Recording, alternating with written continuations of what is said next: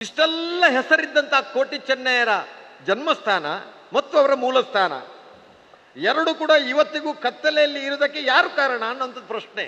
ಕೋಟಿ ಚೆನ್ನಯ್ಯರ ಹೆಸರು ವೃತ್ತಕ್ಕೆ ಇಡಬೇಕು ಅಂತ ಹೇಳುವವರಿದ್ದಾರೆ. ಕೋಟಿ ಚೆನ್ನಯ್ಯರ ಹೆಸರನ್ನು ಅಂತಾರಾಷ್ಟ್ರೀಯ ವಿಮಾನ ನಿಲ್ದಾಣ ಇಡಬೇಕು ಅಂತ ಹೇಳುವವರಿದ್ದಾರೆ. ಬೇರೆ ಬೇರೆಯವರ ಸ್ಥಳಕ್ಕೆ ಕೋಟಿ ಚೆನ್ನಯ್ಯರ ಹೆಸರು ಇಡಬೇಕು ಅಂತ ಹೇಳ್ತಾ ಇದ್ದಾರೆ. ಆದ್ರೆ ಕೋಟಿ ಚೆನ್ನಯ್ಯರ ಜನ್ಮಸ್ಥಾನವನ್ನ ಕತ್ತಲೆಯಲ್ಲಿ ಇದೆ ಅಂತ ಯಾರು ಹೇಳುವವರಿಲ್ಲ. ಕೋಟಿ ಚೆನ್ನಯ್ಯರಂತಹ ಒಬ್ಬ ಮಹಾನ್ ಪುರುಷರನ್ನ ಒಂದು ಜಾತಿಗೆ ಸೀಮಿತಗೊಳಿಸುವಂತಹ ಷಡ್ಯಂತ್ರ ಯಾಕೆ ಅನ್ನುವಂಥದ್ದನ್ನ ಪ್ರಶ್ನೆ. ಇವತ್ತು ಕೂಡ ಅವರ ಜನ್ಮಸ್ಥಾನ, ಅವರ ಮೂಲ ಸ್ಥಾನಗಳು ಇವತ್ತು ಕತ್ತಲೆಯಲ್ಲಿ ಇದೆ. ಕೋಟಿ ಚೆನ್ನಯ್ಯರು ಹುಟ್ಟಿದ್ದು ಪಡುಮಲಲ್ಲೇ ಹೊರತು ಬೇರೆ ಎಲ್ಲಿಯೂ ಅಲ್ಲ. ಅವರ ಮೂಲ ಸ್ಥಾನ ಇರುವಂತದ್ದು ಕೂವೆ ತೋಟ ಹೊರತು ಬೇರೆ ಎಲ್ಲೂ ಅಲ್ಲ. Man make religion but does not religion make man. ಮೆರವಣಿಗೆ ಮಾಡ್ತಾ ಇದ್ದಾರೆ, ಇಂಟರ್ನ್ಯಾಷನಲ್ ಏರ್ಪೋರ್ಟ್ಗೆ ಹೆಸರಿಡಬೇಕು ಅಂತ. ಅವರೆಲ್ಲ ನನ್ನ ಪ್ರಶ್ನೆ, ಜನ್ಮಸ್ಥಾನ ಇಲ್ಲಿ ಕತ್ತಲೆಯಲ್ಲಿ ಕೊಳಿತಾ ಇದೆಯಲ್ಲ, ಇದರ ಬಗ್ಗೆ ನಿಮ್ಮಲ್ಲಿ ಎಷ್ಟು ಕಾಳಜಿ ಇದೆ? ದೇವಿ ಬೈದೇಜಿಯ ನಿಜವಾದಂತ ಸಮಾಧಿ ಇರತಕ್ಕಂಥದ್ದು. ಒಬ್ಬನೇ ಒಂದೇ ಸಲ ಹುಟ್ಟುವುದು, ಒಂದೇ ಕಡೆ ಸಾಯೋದು, ಯಾವುದಾದೊಂದು ಕಡೆ ಹೊತ್ತಿಸ್ತಾರೆ. ಸಮಾಧಿ ಎರಡು ಕಡೆ ಇಡ್ಲಿಕ್ಕೆ ಸಾಧ್ಯ ಇಲ್ಲ, ಒಂದೇ ಕಡೆಯಲ್ಲಿ ಇರುವಂತಹದ್ದು. ಇದು ಚರಿತ್ರೆ. ಪುತ್ತೂರು ತಾಲೂಕು ಇದಕ್ಕೆಲ್ಲ ತಾಲೂಕುಗಳಿಂದ ವಿಭಿನ್ನವಾದಂತಹ ಒಂದು ತಾಲೂಕು. ಯಾಕೆ ಅಂತ ಹೇಳಿದ್ರೆ, ಕೋಟಿ ಚೆನ್ನಯ್ಯರು ಹುಟ್ಟಿದ ಜನ್ಮಸ್ಥಾನ ಪಡುಮಲೆ ಇರುವಂಥದ್ದು ಪುತ್ತೂರು ತಾಲೂಕಿನಲ್ಲಿ. ಅದಕ್ಕೋಸ್ಕರ ಪುತ್ತೂರಿಗೆ ಒಂದು ವಿಶೇಷವಾದಂತಹ ಗೌರವ. ಒಂದು ಮಾತಿದೆ, ಹಿರಿಯವರು ಹೇಳ್ತಾರೆ, ಸತ್ಯಕ್ಕೆ ಒಂದು ಸಂದರ್ಭದಲ್ಲಿ ಸೋಲಾಗಬಹುದು, ಆದರೆ ಸತ್ಯ ಯಾವತ್ತೂ ಸಾಯುವುದಿಲ್ಲ ಅನ್ನುವುದಕ್ಕೆ ನಿದರ್ಶನ ಕೋಟಿ ಚೆನ್ನಯ್ಯರ ಒಂದು ಚರಿತ್ರೆ. ಸತ್ಯಕ್ಕೆ ಕೆಲವು ಸಲ ಸೋಲಾಗುತ್ತೆ, ಆದರೆ ಯಾವತ್ತೂ ಕೂಡ ಸತ್ಯ ಸಾಯುವುದಿಲ್ಲ ಅನ್ನುವುದಕ್ಕೆ ಕೋಟಿ ಚೆನ್ನಯ್ಯರ ಚರಿತ್ರೆ, ಇತಿಹಾಸ ಒಂದು ನಮಗೆ ಮುಂದಿರತಕ್ಕಂಥ ವಿಚಾರ. ನನಗೆ ನಾನು ಕೋಟಿ ಚೆನ್ನಯ್ಯರು ಹುಟ್ಟಿ ಬೆಳೆದ 5 ಶತಮಾನಗಳ ನಂತರ ನಾವೆಲ್ಲ ಹುಟ್ಟಿದವರು. ಈ 5 ಶತಮಾನಗಳ ಕಾಲ ಕೋಟಿ ಚೆನ್ನಯ್ಯರ ಹುಟ್ಟಿದಂಥ ಘಟನೆಗಳು, ಅವರು ಬೆಳೆದ ರೀತಿ, ಅವರು ಸಮಾಜದಲ್ಲಿ ಎದ್ದು ನಿಂತಹ ಅವರ ವೀರತ್ವ, ಕ್ಷಾತ್ರಿಯ ತೇಜಸ್ಸು ಇವತ್ತು ಎಲ್ಲಿ ಇರಬೇಕೋ ಅಲ್ಲಿ ಇಲ್ಲದೆ ಊರಿನೆಲ್ಲ ಬೇರೆಲ್ಲ ತುಳುನಾಡು ಜಿಲ್ಲೆಯಲ್ಲಿ ಇಡೀ ದೇಶದಲ್ಲಿದೆ. ಇದು ಯಾಕೆ ಹೀಗಾಯಿತು ಅನ್ನೋದು ಇವತ್ತಿಗೂ ಕೂಡ ನನ್ನಲ್ಲಿರ್ತಕ್ಕಂಥ ದೊಡ್ಡ ಪ್ರಶ್ನೆ. ಕೋಟಿ ಚೆನ್ನಯ್ಯರ 280 ಗಡಗರಡಿಗಳಿವೆ ಎಲ್ಲ ಕಡೆಗಳಲ್ಲಿ. ಪುತ್ತೂರು ತಾಲೂಕಿನಲ್ಲಿ ಇದೆ, ಮಹಾರಾಷ್ಟ್ರದಲ್ಲಿಯೂ ಇದೆ, ಮಡಿಕೇರಿ ಕೂಡ ಅಲ್ಲಿ ಇದೆ, ಬೆಂಗಳೂರು ಬೇರೆ ಬೇರೆ ಕಡೆಯಲ್ಲಿ ಕೋಟಿ ಚೆನ್ನಯ್ಯರ ಹೆಸರು ಗೊತ್ತಿಲ್ಲದವರೇ ಇಲ್ಲ. 1888ರಲ್ಲಿ ಆಗಸ್ಟ್ ಮೆನಾರ್ ಮತ್ತು AC ಬರ್ನೆಲ್ ಅನ್ನುವಂಥ ಇಂಗ್ಲಿಷ್ ವಿದ್ವಾಂಸರು ಕೋಟಿ ಚೆನ್ನಯ್ಯರ ತುಳು ಪಾರ್ಧನವನ್ನ ಕಲಿತು, ಇಂಗ್ಲಿಷ್ ವಿದ್ವಾಂಸರು ತುಳು ಕಲಿತು ಇಲ್ಲಿರ್ತಕ್ಕಂಥ ಕೋಟಿ ಚೆನ್ನಯ್ಯರ ತುಳು ಪಾರ್ಧನವನ್ನ ಜೀರ್ಣಿಸಿಕೊಂಡು ಅದನ್ನು ಅಕ್ಷರಕ್ಕೆ ಇಳಿಸಿದಂತಹ 2 ಮೇಧಾವಿ ವಿದ್ವಾಂಸರು ಇಂಗ್ಲಿಷರು. ಅವರು ಬರೆದಂತ ಅಕ್ಷರದ ಆ ಒಂದು ವಿಚಾರವನ್ನ ಕನ್ನಡಕ್ಕೆ ಅಕ್ಷರದಲ್ಲಿ ಇಳಿಸಿದವರು ಫಸ್ಟ್ ಪಂಜಮಂಗೇಶ್ ರಾಯರು, ಸಾಹಿತಿಗಳವರು. ನಂತರ ಬೇರೆ ನಮ್ಮ ತುಳುವಿನ ಬೇರೆ ಬೇರೆ ಜನ ಬರೆದಿರಬಹುದು. ಆದ್ರೆ ನನ್ನ ಪ್ರಶ್ನೆ, ಯಾಕೆ ನಾನು ಪುತ್ತೂರಿನಲ್ಲಿ ಇದನ್ನು ಮಾತಾಡ್ತೇನೆ ಅಂತ ಹೇಳಿದ್ರೆ, ಇಷ್ಟೆಲ್ಲ ಹೆಸರಿದ್ದಂಥ ಕೋಟಿ ಚೆನ್ನಯ್ಯರ ಜನ್ಮಸ್ಥಾನ ಮತ್ತು ಅವರ ಮೂಲ ಸ್ಥಾನ ಎರಡು ಕೂಡ ಇವತ್ತಿಗೂ ಕತ್ತಲೆಯಲ್ಲಿ ಇರುವುದಕ್ಕೆ ಯಾರು ಕಾರಣ ಅನ್ನೋಂಥದ್ದು ಪ್ರಶ್ನೆ. ಇದರ ಬಗ್ಗೆ ಚರ್ಚೆ ಆಗುವುದಿಲ್ಲ. ಕೋಟಿ ಚೆನ್ನಯ್ಯರ ಹೆಸರು ವೃತ್ತಕ್ಕೆ ಇಡಬೇಕು ಅಂತ ಹೇಳುವವರಿದ್ದಾರೆ. ಕೋಟಿ ಚೆನ್ನಯ್ಯರ ಹೆಸರನ್ನು ಅಂತಾರಾಷ್ಟ್ರೀಯ ವಿಮಾನ ನಿಲ್ದಾಣ ಇಡಬೇಕು ಅಂತ ಹೇಳುವವರಿದ್ದಾರೆ. ಬೇರೆ ಬೇರೆಯವರ ಸ್ಥಳಕ್ಕೆ ಕೋಟಿ ಚೆನ್ನಯ್ಯರ ಹೆಸರು ಇಡಬೇಕು ಅಂತ ಹೇಳ್ತಾ ಇದ್ದಾರೆ. ಆದ್ರೆ ಕೋಟಿ ಚೆನ್ನಯ್ಯರ ಜನ್ಮಸ್ಥಾನವನ್ನ ಕತ್ತಲೆಯಲ್ಲಿ ಇದೆ ಅಂತ ಯಾರು ಹೇಳುವವರಿಲ್ಲ. ಈ ಪ್ರಶ್ನೆ ಒಂದು ತುಳುನಾಡಿನ ಪರಂಪರೆಗೆ ಒಂದು ಕಪ್ಪು ಚುಕ್ಕೆ ಅನ್ನುವುದರಲ್ಲಿ ಏನು ಸಂಶಯ ಇದೆಯಾ? ಇದೊಂದು ವಿಮರ್ಶೆಗಿರತಕ್ಕಂಥ ವಿಚಾರ ಅಲ್ವಾ? ಕೋಟಿ ಚೆನ್ನಯ್ಯರು ಅದ್ವಿತೀಯವಾದಂತಹ ವೀರಪುರುಷರು, ಕ್ಷತ್ರಿಯ ತೇಜಸ್ಸನ್ನ ಹುಟ್ಟುಹಾಕಿದವರು. ಅವರ ಪ್ರತಿಯೊಂದು ವಿಚಾರಧಾರೆಗಳು ಕೂಡ ಪ್ರತಿಯೊಬ್ಬ ಮನುಷ್ಯನ ಅಂತರಂಗದಲ್ಲಿ ಮೆಲುಕು ಹಾಕತಕ್ಕಂತಹ ಅವರ ಜೀವನದ ಘಟನೆಗಳು. ಇಷ್ಟೆಲ್ಲ ಇರುವಾಗ ಇವತ್ತಿಗೂ ಕೂಡ ಕೋಟಿ ಚೆನ್ನಯ್ಯರ ಜನ್ಮಸ್ಥಾನದ ಬಗ್ಗೆ ಗೊಂದಲ ಯಾಕೆ? ಅವರ ಮೂಲ ಸ್ಥಾನದ ಬಗ್ಗೆ ಗೊಂದಲ ಯಾಕೆ? ಈ ಗೊಂದಲದ ಹಿಂದಿರತಕ್ಕಂಥ ಷಡ್ಯಂತ್ರ ಯಾವುದು, ಸಂಚು ಯಾವುದು? ಇದು ಅರ್ಥ ಆಗಬೇಕು ಅನ್ನೋ ದೃಷ್ಟಿಕೋನದಿಂದ ನಾನು ಇಲ್ಲಿ ಮಾತಾಡಲಿಕ್ಕೆ ನಿಂತಿದ್ದೀನಿ. ಇತಿಹಾಸ ಇದೆ, ಚರಿತ್ರೆ ಇದೆ. ಇದನ್ನು ಅಧ್ಯಯನ ಮಾಡತಕ್ಕಂತಹ ಮೆದುಳಿನ ಜನಗಳು ಇಲ್ವಾ? ಪುತ್ತೂರಿನಲ್ಲಿ ಇಲ್ವೋ, ಬೆಳ್ತಂಗಡಿಯಲ್ಲಿ ಇಲ್ವೋ, ಸುಳ್ಯದಲ್ಲಿ ಇಲ್ವೋ, ಬಂಟ್ವಾಳದಲ್ಲಿ ಇಲ್ವೋ, ಮಂಗಳೂರಿನಲ್ಲಿ ಇಲ್ವೋ, ಉಡುಪಿಯಲ್ಲಿ ಇಲ್ವೋ, ಅಲ್ಲ ಬೇರೆ ಕಡೆಯಲ್ಲಿ ಇಲ್ವೋ? ಇದೆ ಅಲ್ಲ. ಕೋಟಿ ಚೆನ್ನಯ್ಯರ ಬಗ್ಗೆ ಬರೆದಂತಹ ಇತಿಹಾಸಕಾರರಿದ್ದಾರೆ, ಚರಿತ್ರಕಾರರಿದ್ದಾರೆ, ಸಾಹಿತಿಗಳಿದ್ದಾರೆ. ಇವರೆಲ್ಲ ಯಾಕೆ ಬಾಯಿ ಮುಚ್ಚಿ ಕೂತ್ಕೊಂಡಿದ್ದಾರೆ? ಇದು ನನ್ನ ಪ್ರಶ್ನೆ. ನನ್ನನ್ನು ದಿನನಿತ್ಯವೂ ನನ್ನನ್ನು ಕಾಡ್ತಾ ಇದೆ. ನನ್ನನ್ನು ಜನ್ಮಸ್ಥಾನದ ಅಧ್ಯಕ್ಷ ಮಾಡಬೇಕಂತ ನಾನು ಅಧ್ಯಕ್ಷ ಆದ್ರೆ ಯಾವ ಹುಚ್ಚು ನನ್ನಲ್ಲಿ ಇರಲಿಲ್ಲ. ನನ್ನನ್ನು ಇದಕ್ಕೆ ತಂದು ಎಳೆದು ನಿಂತವರೇ ಚರಣರು, ರುಕ್ಮೇ ಪೂಜಾರರು ಮತ್ತು ವಿನೋದ್ ಆಳ್ವರ್ ಅವರು. ಆದರೆ ಯಾವಾಗ ನಾನು ಅಧ್ಯಕ್ಷ ಇದಕ್ಕೆ ನನ್ನನ್ನು ಮಾಡಿದರು, ನನ್ನ ಕರ್ತವ್ಯವನ್ನು ನಾನು ಪ್ರಾಮಾಣಿಕವಾಗಿ ನಿಷ್ಠೆಯಿಂದ, ಶ್ರದ್ಧೆಯಿಂದ, ಭಕ್ತಿಯಿಂದ ಇದನ್ನು ಆ ಕೆಲಸವನ್ನು ಪೂರೈಸಬೇಕಲ್ಲ, ಆ ಜವಾಬ್ದಾರಿಯಿಂದ ಇಲ್ಲಿ ಮಾತಾಡ್ತೇನೆ ಹೊರತು ನನ್ನ ಯಾವುದೇ ಸ್ವಾರ್ಥಕ್ಕಾಗಲಿ ಈ ಪ್ರಶ್ನೆ ಇಲ್ಲ. ಇವತ್ತೊಂದು ದೊಡ್ಡ ತಪ್ಪಾಗುತ್ತೆ ಇರುವಂಥದ್ದು, ಪ್ರತಿಯೊಬ್ಬ ಆದರ್ಶ ಪುರುಷನನ್ನ, ರಾಷ್ಟ್ರದ್ರಷ್ಟರನ್ನ, ಗುರುಗಳನ್ನ, ಮಾನವ ಸಮುದಾಯಕ್ಕೆ ಆದರ್ಶವಾಗಿರ್ತಕ್ಕಂಥವರನ್ನ ಒಂದು ಜಾತಿಗೆ ಸೀಮಿತಗೊಳಿಸುವಂತಹ ಒಂದು ವ್ಯವಸ್ಥಿತವಾದಂಥ ಸಂಚು ದೇಶದ ಉದ್ದಗಲಕ್ಕೂ ನಡೀತದೆ. ಅದೇ ರೀತಿ ಇವತ್ತು ಕೂಡ ಕೋಟಿ ಚೆನ್ನಯ್ಯರಂತಹ ಒಬ್ಬ ಮಹಾನ್ ಪುರುಷರನ್ನ, ಮಹಾನ್ ಧೀರ ವ್ಯಕ್ತಿಗಳನ್ನ, ಆದರ್ಶ ಪುರುಷರನ್ನ, ಆರಾಧ್ಯ ದೈವಗಳನ್ನ ಒಂದು ಜಾತಿಗೆ ಸೀಮಿತಗೊಳಿಸುವಂತಹ ಷಡ್ಯಂತ್ರ ಯಾಕೆ ಅನ್ನುವಂಥದ್ದು ಪ್ರಶ್ನೆ. ಇದು ಪ್ರತಿಯೊಬ್ಬರು ನಾವು ಯೋಚನೆ ಮಾಡತಕ್ಕಂಥವ್ರು. ಇವತ್ತು ಅಶೋಕ್ ಪಡಿವಾಳರು ಒಂದು ಮುಡಾಯ್ ಊರಿನ ಗರಡಿಯ ಅಧ್ಯಕ್ಷರವರು. ಅವರು ಯಾವ ಜಾತಿ? ಮಾನವ ಜಾತಿಯಿಂದ ನಾನು ಒಪ್ಕೊಳ್ತೀನಿ, ನಾರಾಯಣ ಗುರುಗಳ ಜಾತಿಯಲ್ಲಿ ನೀವು ನಾನು ಒಬ್ಬರೇ. ಆದರೆ ಇವತ್ತೇನು ಸಾಮಾಜಿಕ ವ್ಯವಸ್ಥೆಯ ಈ ಒಂದು ವ್ಯವಸ್ಥೆಯಲ್ಲಿ ಜಾತಿ ಪದ್ಧತಿ ಇದೆಯಲ್ಲ, ಕೋಟಿ ಚೆನ್ನಯ್ಯರನ್ನ ಒಂದು ಜಾತಿಗೆ ಸೀಮಿತಗೊಳಿಸಿದ್ರೆ ಅವರಿಗೆ ಅವಮಾನ ಅಲ್ವಾ ಅನ್ನುವಂಥ ಪ್ರಶ್ನೆ. 280 ಗರಡಿಗಳಿವೆ. ಈಗ 274ರಿಂದ ಬೇರೆ ಬೇರೆ ಸಣ್ಣ ಸಣ್ಣ ಗರಡಿಗಳಾಗಿದೆ, 280 ಗರಡಿಗಳಿದೆ. ಎಷ್ಟು ಜನ ಬಿಲ್ಲವರು ಅಡಿಯಲ್ಲಿ ಅದು ನಡೀತದೆ? ಎಷ್ಟು ಜನ ಬಂಟರ ಅಡಿಯಲ್ಲಿ ನಡೀತದೆ? ಎಷ್ಟು ಜನ ಜೈನರ ಅಡಿಯಲ್ಲಿ ನಡೀತದೆ? ಎಷ್ಟು ಜನ ಬ್ರಾಹ್ಮಣರ ಅಡಿಯಲ್ಲಿ ನಡೀತದೆ? ಬೇರೆ ಬೇರೆ ಜಾತಿಯವರಿದ್ದಾರೆ. ಕೋಟಿ ಚೆನ್ನಯ್ಯರೊಂದು ಜಾತಿಗೆ ಸಂಬಂಧಪಟ್ಟಂತವರಾಗಿದ್ದರೆ ಅವರು ವೀರಪುರುಷರು ಆಗ್ತಲೇ ಇರಲಿಲ್ಲ. ಅವರನ್ನು ಇಷ್ಟು ಜನ ನಂಬಲಿಕ್ಕೆ ಸಾಧ್ಯನೇ ಇಲ್ಲ. ಅವರು ಅವೆಲ್ಲವನ್ನ ಮೀರಿ, ಅವೆಲ್ಲವನ್ನ ದಾಟಿ, ಅವೆಲ್ಲವನ್ನ ತುಳಿದು ಒಬ್ಬ ಶ್ರೇಷ್ಠ ಮಾನವ ಕುಲದ ಒಬ್ಬ ಶ್ರೇಷ್ಠ ಆದರ್ಶ ಶಕ್ತಿಗಳಾಗಿದ್ದಾರಲ್ಲ, ಅದನ್ನು ತಿಳ್ಕೊಳ್ಳುವಂತ ಶ್ರೀಮಂತಿಗೆ ಹೃದಯದ ಮನಸ್ಸು ಅಥವಾ ಒಳ್ಳೆ ಶ್ರೀಮಂತ ಮನಸ್ಸು ನಮ್ಮಲ್ಲಿ ಯಾಕೆ ಮುಟ್ಟಿಲ್ಲ? ಇವತ್ತು ಕೂಡ ಅವರ ಜನ್ಮಸ್ಥಾನ, ಅವರ ಮೂಲ ಸ್ಥಾನಗಳು ಇವತ್ತು ಕತ್ತಲೆಯಲ್ಲಿದೆ. ಚರಿತ್ರೆಯನ್ನು ಅವಮಾನ ಮಾಡಿದವರು ಯಾರು? ಇತಿಹಾಸವನ್ನು ಅವಮಾನವೆಸದವರು ಯಾರು? ಯಾವ ಕಾರಣಕ್ಕೋಸ್ಕರ ಇದು ಆಗ ನಡೀತಾ ಇದೆ? ಇದರ ಹಿಂದಿರತಕ್ಕಂಥ ಉದ್ದೇಶ ಏನು, ಸಂದೇಶ ಏನು? ಇದು ಜನಮಾನಸಕ್ಕೆ ತಿಳಿಯುವಂತ ಬಹಳ ಅಗತ್ಯತೆ ಇದೆ ಇವತ್ತು ಕಾಲದಲ್ಲಿ. ಯಾವುದೋ ಒಂದು ಕಾರಣಕ್ಕಾಗಿ ಒಬ್ಬ ಇತಿಹಾಸ ಪುರುಷರನ್ನ ಅವಮಾನಿಸುವಂಥದ್ದನ್ನ 100ಕ್ಕೆ 100 ನಾನು ಖಂಡಿಸ್ತೇನೆ. ಇವತ್ತು ಅವರ ಜನ್ಮಸ್ಥಾನ ಪಡುಮಲೆ, ಇದಕ್ಕೆ ಎರಡು ಪ್ರಶ್ನೆ ಇಲ್ಲ. ಯಾವ ಪುಸ್ತಕವನ್ನ ಓದಿ ನೀವು 1888ರಲ್ಲಿ ಬರೆದಂತ ಅಗಸ್ಟ್ ಮೆನಾರ್, AC ಬರ್ನಲ್ ಅಂತ ಬರೆದಂದು ಹಿಡಿದು ಇವತ್ತು ಇಲ್ಲಿ ಮೊನ್ನೆವರೆಗೆ ಬರೆದಂತ ಬೇರೆ ಬೇರೆ ಜನ ಇದ್ದಾರೆ. ಆ ಎಲ್ಲವನ್ನ ಇತಿಹಾಸವನ್ನು ಓದಿ ಕೋಟಿ ಚೆನ್ನಯ್ಯರು ಹುಟ್ಟಿದ್ದು ಪಡುಮಲೆಯಲ್ಲೇ ಹೊರತು ಬೇರೆ ಎಲ್ಲಿಯೂ ಅಲ್ಲ. ಅವರ ಮೂಲ ಸ್ಥಾನ ಇರುವಂತದ್ದು ಕೂವೆ ತೋಟ ಹೊರತು ಬೇರೆ ಎಲ್ಲೂ ಅಲ್ಲ. ಆಗಿದ್ದು ಸತ್ಯ ಗೊತ್ತಿದ್ರು ಕೂಡ ಸತ್ಯವನ್ನ ಹೇಳುವಂತ ಧೈರ್ಯ ನಮ್ಮಲ್ಲಿ ಯಾಕೆ ಇಲ್ಲ? ನಾನು ಕೋಟಿ ಚೆನ್ನಯ್ಯ ವಂಶ ಅಂತ ಹೇಳಿದ್ರೆ ಸಾಕ? ಕೋಟಿ ಚೆನ್ನಯ್ಯದ ವಂಶವರು ಅಂತೇಳಿ ಯಾರು? ಸತ್ಯ ಹೇಳಬೇಕಾದ್ರು ಸತ್ಯ ತಿಗಲಡಿ ಸಾದಿ ಕೊರ್ಪೆ ಅಂತ ಹೇಳಿದಂತ ಕೋಟಿ ಚೆನ್ನಯ್ಯರ ಆ ಶಬ್ದವನ್ನ ಮಾತನಾಡುವ ಹಕ್ಕು ನಮಗಿಲ್ಲ. ಆ ಹಕ್ಕು ಇದ್ದರೆ ಸತ್ಯವನ್ನ ಜನರ ಮುಂದೆ ಇಡ್ತಕ್ಕಂಥ ಧೈರ್ಯ ನಮ್ಮಲ್ಲಿ ಬೇಕು, ಸ್ಥೈರ್ಯ ಇರಬೇಕು. ಪಡುಮಲೆಯನ್ನ ನಾವು ಅಭಿವೃದ್ಧಿ ಮಾಡಬೇಕನ್ನೋಂಥದ್ದು ಯಾವ ಉದ್ದೇಶ ಅಲ್ಲ. ಕೋಟಿ ಚೆನ್ನಯ್ಯರ ಇತಿಹಾಸ ಚರಿತ್ರೆ ಮುಂದಿನ ಪೀಳಿಗೆಗೆ, ಅವ ಬಂಟನ ಇರಬಹುದು, ಅವನು ಬಿಲ್ಲವನ ಇರಬಹುದು, ಅವನು ಬ್ರಾಹ್ಮಣನ ಇರಬಹುದು, ಅವರು ಕೊಂಕಣಿ ಇರಬಹುದು, ಜೈನರು ಇರಬಹುದು, ಯಾರೇ ಇರಬಹುದು, ಪ್ರತಿಯೊಂದು ಸಮುದಾಯ ಕೂಡ ಕೋಟಿ ಚೆನ್ನಯ್ಯರ ಬದುಕಿನ ಆದರ್ಶದ ಸ್ಫೂರ್ತಿಯ ಪ್ರೇರಣೆಯ ಸೆಲೆ ಇದೆಯಲ್ಲ, ಅದು ಅವರನ್ನ ಒಬ್ಬ ಒಳ್ಳೆಯ ಮನುಷ್ಯನಾಗಿ, ಒಳ್ಳೆಯ ಆದರ್ಶ ಶಕ್ತಿಯಾಗಿ ಎದ್ದು ನಿಲ್ಲುವುದಕ್ಕೋಸ್ಕರ ಪಡುಮಲೆಯ ಈ ಒಂದು ಸ್ಥಾನವನ್ನ ನಾವು ಕಟ್ಟುವುದಕ್ಕೆ, ಅಭಿವೃದ್ಧಿ ಮಾಡೋದಕ್ಕೆ ಇಳಿದಿದ್ದೀವಿ. ದುಡ್ಡು ಮಾಡೋದಕ್ಕೆ ಇಳಿದಂತಹ ನಮ್ಮ ಟ್ರಸ್ಟ್ ಅಲ್ಲ ಇದು. ಒಂದು ಜಾತಿಯನ್ನ ಕಟ್ಟುವುದಕ್ಕೋಸ್ಕರ ಈ ಒಂದು ಟ್ರಸ್ಟ್ ನಾವು ಮಾಡಿಲ್ಲ. ನಾವು ಈ ಟ್ರಸ್ಟ್ ಕೋಟಿ ಚೆನ್ನಯ್ಯ ಪಡುಮಲೆಯ ಕೋಟಿ ಚೆನ್ನಯ್ಯ ಜನ್ಮಸ್ಥಾನ ಸಂಚಲನ ಸಮಿತಿಯ ಟ್ರಸ್ಟ್ ನಾವು ಮಾಡಿರುವಂತದ್ದು ಕೋಟಿ ಚೆನ್ನಯ್ಯನ ಚರಿತ್ರೆ ಇಷ್ಟು ವರ್ಷ 5 ಶತಮಾನಗಳ ಕಾಲ ಕತ್ತಲೆಯಲ್ಲಿದ್ದಂತ ಈ ಒಂದು ಸ್ಥಳ ದೇಶಕ್ಕೆ ಒಂದು ಬೆಳಕಿನ ಕ್ಷೇತ್ರವಾಗಿ ಬೆಳಗಬೇಕು. ದೇಶಕ್ಕೆ ಕೋಟಿ ಚೆನ್ನಯ್ಯರ ಪರಿಚಯ ಆಗಬೇಕು. ಅವರ ನೈಜ ಬದುಕಿನ ಆದರ್ಶದ ಜೀವನ ಜನಮಾನಸಕ್ಕೆ ಮುಟ್ಟಿಸಬೇಕು ಅನ್ನುವಂಥ ಒಂದು ಕಾರಣಕ್ಕಾಗಿ ಅವರು ದೇಶದ ಆಸ್ತಿ ಆಗಬೇಕು. ದೇಶದ ಸಾಂಸ್ಕೃತಿಕ ಲೋಕದ, ಧಾರ್ಮಿಕ ಲೋಕದ, ಆಧ್ಯಾತ್ಮಿಕ ಕ್ಷೇತ್ರದ ಒಂದು ಶಕ್ತಿಯಾಗಿ ಬೆಳಗಬೇಕು ಅನ್ನುವ ಒಂದು ಕಾರಣಕ್ಕಾಗಿ ನಾವು ಈ ಜನ್ಮಸ್ಥಾನದ ಕೆಲಸಕ್ಕೆ ನಾವು ಇಳಿದಿದ್ದೀವಿ ಅಶೋಕ್ರವರೇ. ಮತ್ತೆ ಯಾವ ಕಾರಣಕ್ಕೂ ಅಲ್ಲ.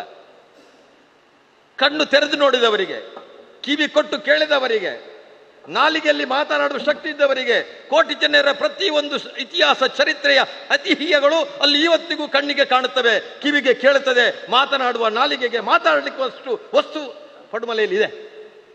ಇಂಥ ಕ್ಷೇತ್ರವನ್ನ ಬಹಳಷ್ಟು ಸಮಯ ಕತ್ತಲಿತ್ತು. ಇವತ್ತು ನಾವು ಇಳಿದಿದ್ದೀವಿ. ಅದಕ್ಕೂ ಟೀಕೆ ಮಾಡುವವರು ಇದ್ದಾರೆ, ಅದನ್ನು ಟೀಕೆ ಮಾಡುವವರು ಇದ್ದಾರೆ. ಅವರು ಜನ್ಮಸ್ಥಾನ ಅದು ಅಲ್ವಾ ಅಂತ ಸಂಶಯ ಬರುವ ರೀತಿಯಲ್ಲಿ ಮಾತಾಡ್ತಾರೆ. ನಾನು ಹೇಳ್ತಾ ಇದ್ದೇನೆ, ಈ ಕ್ಷೇತ್ರ ಪುತ್ತೂರು ಕ್ಷೇತ್ರ ಬ್ರಹ್ಮಶ್ರೀ ನಾರಾಯಣ ಗುರುಗಳು ಮಂದಿರತಕ್ಕಂಥ ಕ್ಷೇತ್ರ. ಇಲ್ಲಿ ನಾನು ಯಾವ ಮುಲಾಜಿಲ್ಲದೆ, ಯಾರ ಹಂಗು ಇಲ್ಲದೆ, ಯಾವುದಕ್ಕೂ ಹೆದರದೆ ಹೇಳ್ತಾ ಇದ್ದೇನೆ, ಕೋಟಿ ಚೆನ್ನೈರ ಜನ್ಮಸ್ಥಾನ. ಇವತ್ತು ಮಾಧ್ಯಮದ ಮುಖಾಂತರ ಹೇಳ್ತೇನೆ, ನೀವು ದಯವಿಟ್ಟು ಕೋಟಿ ಚೆನ್ನೈರನ ಚರಿತ್ರೆಗೆ ನೀವು ನಮಗೆ ಪೂರಕವಾಗಿ ಕೆಲಸ ಮಾಡಬೇಕು. ಜನ್ಮಸ್ಥಾನ ಯಾವುದು, ಮೂಲಸ್ಥಾನ ಯಾವುದು, ಪ್ರತಿಯೊಬ್ಬನಿಗೂ ಮನುಷ್ಯ ಹುಟ್ಟಿದ್ದು ಗೊತ್ತಿದೆ. ಇಲ್ಲಿ ಇರತಕ್ಕಂಥ ಪ್ರತಿಯೊಬ್ಬನಿಗೂ ನಿಮ್ಮ ಜನ್ಮಸ್ಥಾನ ನಿಮಗೆ ಗೊತ್ತಿದೆ, ನಿಮ್ಮ ಮೂಲಸ್ಥಾನ ಯಾವುದು ಅಂತ ನಿಮಗೆ ಗೊತ್ತಿದೆ. ಅದು ಬಿಟ್ಟು ಬೇರೆ ಹಾಕಿದ್ರೆ ಭಟ್ರು ಪುರೋಹಿತರು ಹೇಳ್ತಾರೆ, ಸ್ವಾಮಿ ಇನ್ನ ಮೂಲಸ್ಥಾನದ ದಾಲ ಅವಳು ಎಂಜಿನ ಖರ್ಚಿದ್ದು ಬೋತನು ಈ ದಾದ ಮಲ್ತಂದು ಕೇಳ್ತಾರೆ ಪ್ರಶ್ನೆ. ಧರ್ಮಸ್ಥಳದ ಹೆಗ್ಡೆ ಅವರು ಹೇಳ್ತಾರೆ, ಹೇಳಿದ್ರು ಇವರು ನಮ್ಮ ಯಾರು ವಿಜಯಕುಮಾರ್ ಹೇಳಿದ್ರು, ನಾನು ಅಲ್ಲಿ ಹೇಳಿದ್ದೆ. ನಾವು ಆಳ್ವರವರು, ರುಕ್ಮಯ್ಯ ಪೂಜಾರಿ ಅವರು, ವಿಜಯಕುಮಾರ್ ಅವರು, ಯೋಗೀಶ್ರವರು ನಾವೆಲ್ಲ ಒಟ್ಟಿಗೆ ಹೋಗಿದ್ದೇವೆ. ಅರುಣ್ ಕುಮಾರ್ರೆ, ನಾವು ಈ ಪ್ರಸ್ತಾಪವನ್ನು ಫಸ್ಟ್ ಇಟ್ಟದ್ದೇ ಧರ್ಮಸ್ಥಳ ಹೆಗಡೆ ಅವರಲ್ಲಿ. ಯಾಕೆ? ಹೆಗಡೆಯವರ ಬಳಿಯಲ್ಲಿ ಬೇಕಾದಷ್ಟು ಐತಿಹಾಸಿಕ ದಾಖಲೆಗಳಿವೆ ಅವರಲ್ಲಿ, ಅದು ನಮ್ಗೆ ಗೊತ್ತಿತ್ತು.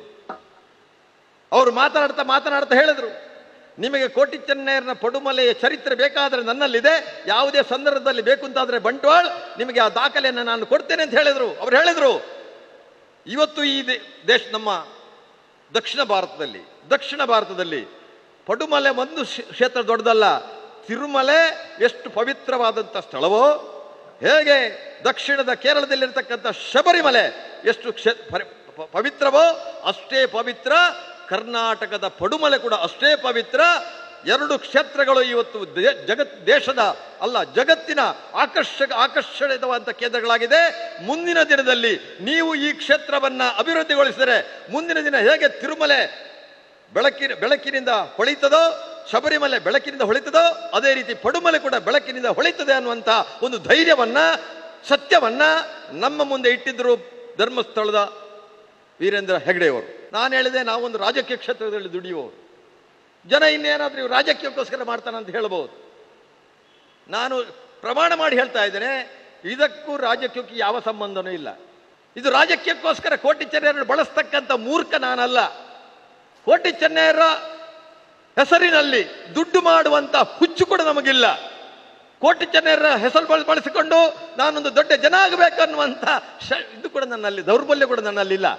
ಇದನ್ನು ದೇಶಕ್ಕೆ ಅರ್ಪಣೆ ಮಾಡಬೇಕು, ಭಾರತಕ್ಕೆ ಅರ್ಪಣೆ ಮಾಡಬೇಕು. ವಿಶ್ವಗುರು ಆಗತಕ್ಕಂಥ ಭಾರತದಲ್ಲಿ, ಈ ದೇಶದಲ್ಲಿ ಬ್ರಹ್ಮ ತೇಜಸ್ಸು ಮತ್ತು ಕ್ಷಾತ್ರ ತೇಜಸ್ಸಿನ ಸಂಗಮವಾಗಿರಂತ ಈ ಭಾರತದಲ್ಲಿ ಕ್ಷಾತ್ರ ತೇಜಸ್ಸಿನ ಕೋಟಿ ಚೆನ್ನೈರ ಇತಿಹಾಸ ಚರಿತ್ರೆಗಳು ಪ್ರತಿಯೊಬ್ಬ ಯುವಕನ ಹೃದಯದಲ್ಲಿ ಮೆಲುಕು ಹಾಕತಕ್ಕಂಥ ಒಂದು ಕ್ಷೇತ್ರವಾಗಿ ಬೆಳಗಬೇಕು ಅನ್ನುವಂಥ ಒಂದೇ ಉದ್ದೇಶ ಹೊರತು, 1 ಪಾಯಿಂಟ್ ಪ್ರೋಗ್ರಾಮ್ ಹೊರತು ಬೇರೆ ಯಾವ ಉದ್ದೇಶವೂ ನಮ್ಮಲ್ಲಿ ಇಲ್ಲ. ಅದಕ್ಕೋಸ್ಕರ ನಾನು ಕೇಳ್ತಾ ಇದ್ದೇನೆ, ಪತ್ರಿಕೆಯವರು ಕೇಳ್ತಾ ಇದ್ದೇನೆ, ದೃಶ್ಯ ಮಾಧ್ಯಮ ಹೇಳ್ತಾ ಇದ್ದೀನಿ, ಈ ಒಂದು ಸತ್ಯವನ್ನ ನೀವು ಜನರ ಮುಂದೆ ಇಡಿ, ಸತ್ಯವನ್ನು ಮುಚ್ಚಿಡಬೇಡಿ.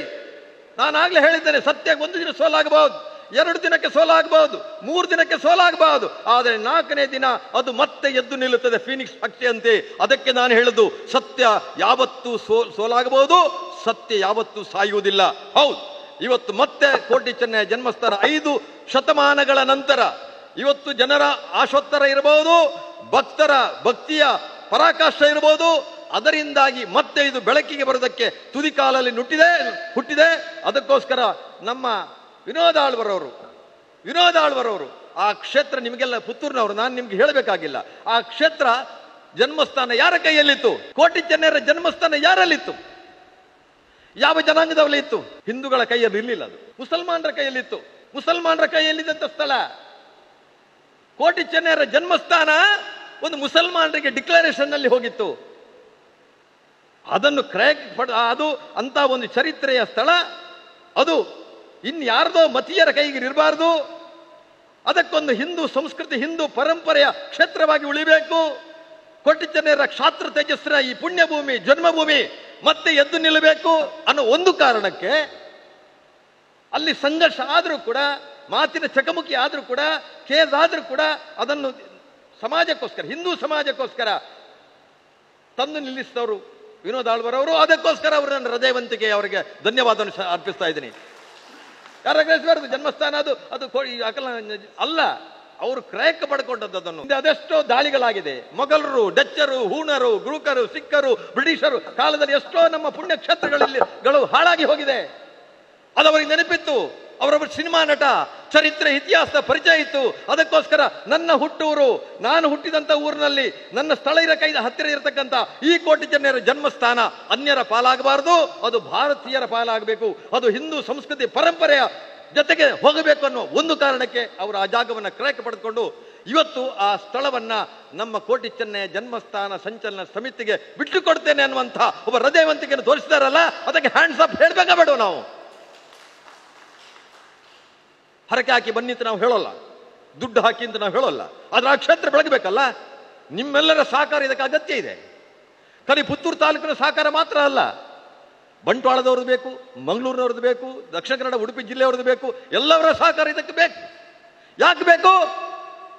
ಈ ಚರಿತ್ರೆಯ ಈ ಶತಮಾನ 21ನೇ ಶತಮಾನದಲ್ಲಿ ಭಾರತ ಇವತ್ತು ಈ ದೇಶದ ಪ್ರಧಾನಿ, ನಮ್ಮ ಎಷ್ಟೋ ಹಿಂದೆ ಬ್ರಿಟಿಷರ ಕಾಲದಲ್ಲಿ, ಮೊಘಲರ ಕಾಲದಲ್ಲಿ ಈ ದೇಶದ ಹೋದಂಥ ಎಷ್ಟೋ ಮೂರ್ತಿಗಳು ಅದನ್ನು ವಾಪಸ್ ದೇಶಕ್ಕೆ ತಂದು ಅದು ನಮ್ಮ ದೇಶದ ಪರಂಪರೆಯ ಸಂಕೇತಗಳು ಅಂತ ಹೇಳಿ ತರಿಸುವಂತ ಈ ಕಾಲಘಟ್ಟದಲ್ಲಿ ನಮ್ಮ ಊರಿನ, ಅದು ಪುತ್ತೂರು ತಾಲೂಕಿನ ನಿಮ್ಮ ಊರಿನ ಪಡುಮಲೆ ಇವತ್ತು ಕತ್ತಲೆಯಲ್ಲಿದ್ದಕ್ಕೆ ಬೆಳಕಬೇಕ ಬೇಡ?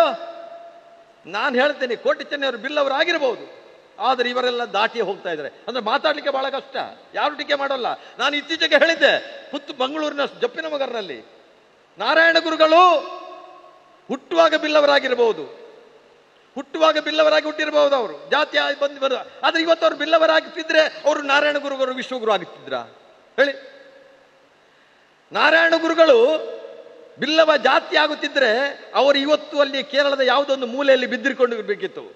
ಅವರು ಜಗತ್ತಿಗೆ ಪರಿಚಯ ಆಗ್ತಿರ್ಲಿಲ್ಲ, ಈ ಮಣ್ಣಿಗೆ ಪರಿಚಯ ಆಗ್ತಿರ್ಲಿಲ್ಲ, ಚರಿತ್ರೆ ಇತಿಹಾಸದ ಪುಟಗಳಲ್ಲಿ ಅವರ ಹೆಸರು ಬರ್ತಾ ಇರಲಿಲ್ಲ.